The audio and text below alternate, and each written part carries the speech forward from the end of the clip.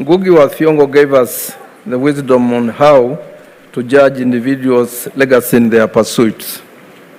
He was writing about Jomo Kenyatta, and he advised that we should put people in a trajectory, glorify their great achievements, and vilify their weaknesses. The fairness of this approach is apparent. You end up taking great lessons which are critical to the struggles we face, particularly the ideological and political ones. And those who buy the book, I urge you, to read the memo and adopt that strategy. Having been in public service myself, I see Martha making one great point in this book. The point is that in a position of political power, you always find spaces to act in the national interest, even if this is what you want to do. Public service has many spaces for undertaking tasks in the national interest, as well as standing up against what is not in the national interest. And you read about Mother's successes in the water ministry and the Ministry of Justice and Constitutional Affairs, and see how those spaces were used against great opposition. At the international scene also, you see examples of the way Martha handled diplomats, and you really like that because our diplomats pontificate about democracy and the rule of law, yet not all of them, but the ones from maybe the empire, yet they do not respect our country's leadership, institutions, and our constitution. So once the Secretary of State of the US, Baker III, took Philip Leakey aside in a meeting in Washington and asked Leakey what the new world order meant.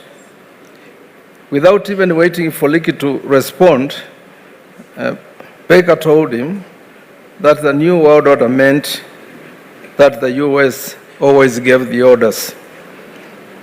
Now, Mother's responses to such arrogance is shared in a memoir with a glee.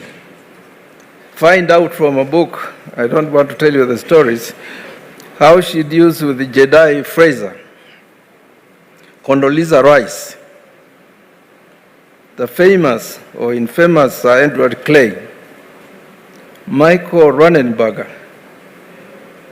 and also an encounter with the French ambassador who paid a courteous call to inquire about the chances of French companies running water services in Nairobi. And it has this hilarious but patriotic response. She told the ambassador, "If I'm not running water services in Paris, then no Frenchman would do it in Nairobi."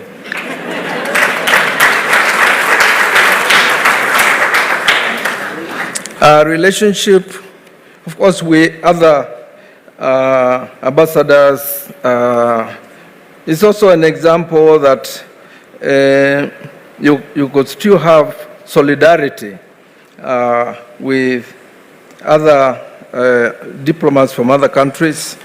And the example of Swedish SIDA is also an example of a leader who basically knows how to deal with ambassadors and diplomats who can be difficult. Now, it's said that the apple does not fall far from its tree, and Mother's quest and struggles for gender equity and equality, progressive feminism can be traced, in my view, to a paternal grandmother, a woman called Mutunga. You can read about her on page 19. And those of us who know Mother will recall many stories about her that reflect Mutunga's DNA. And you have been told many of those stories today. And our parents also have been our role models, and she dedicates the book to them. After reading the book, I thought Karua, the father, Nyarubiu,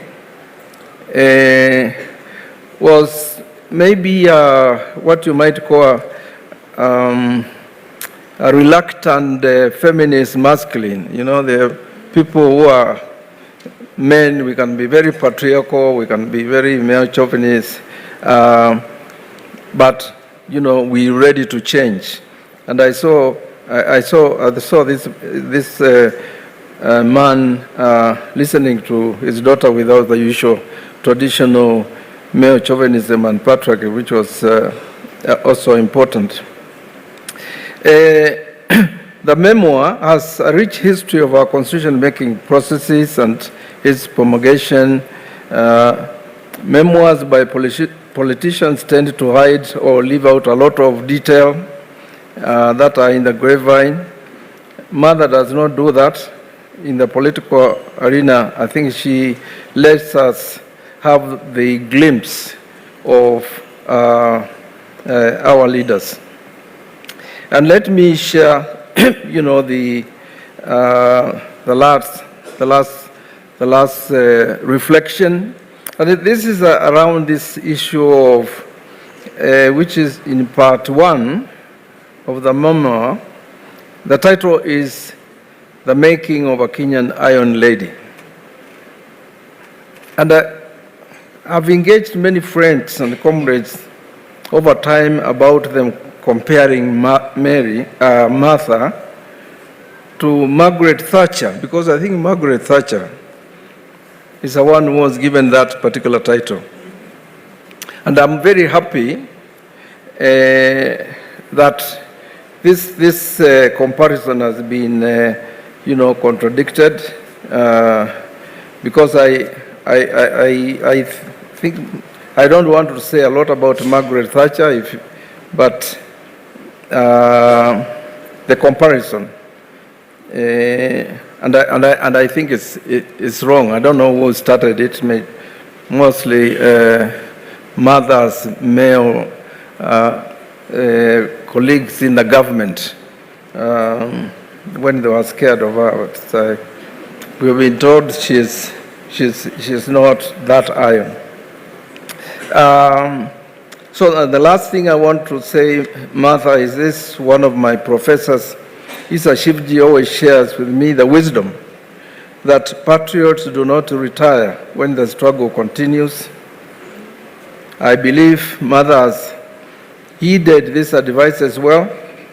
She pledges to us and the nation our continued quest for change.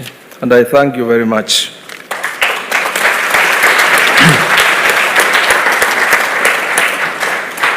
And thank you, my fellow teachers, also for coming. You taught Mother before I did, so that's a great honor. Thank you.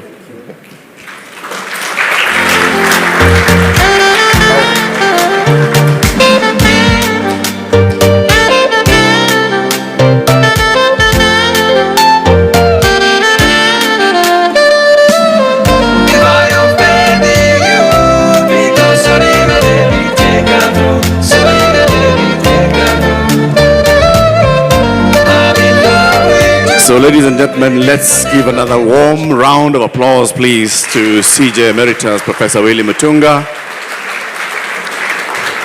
Of course, to Martha herself. We're going to be getting all this thing off the stage, because now we are about to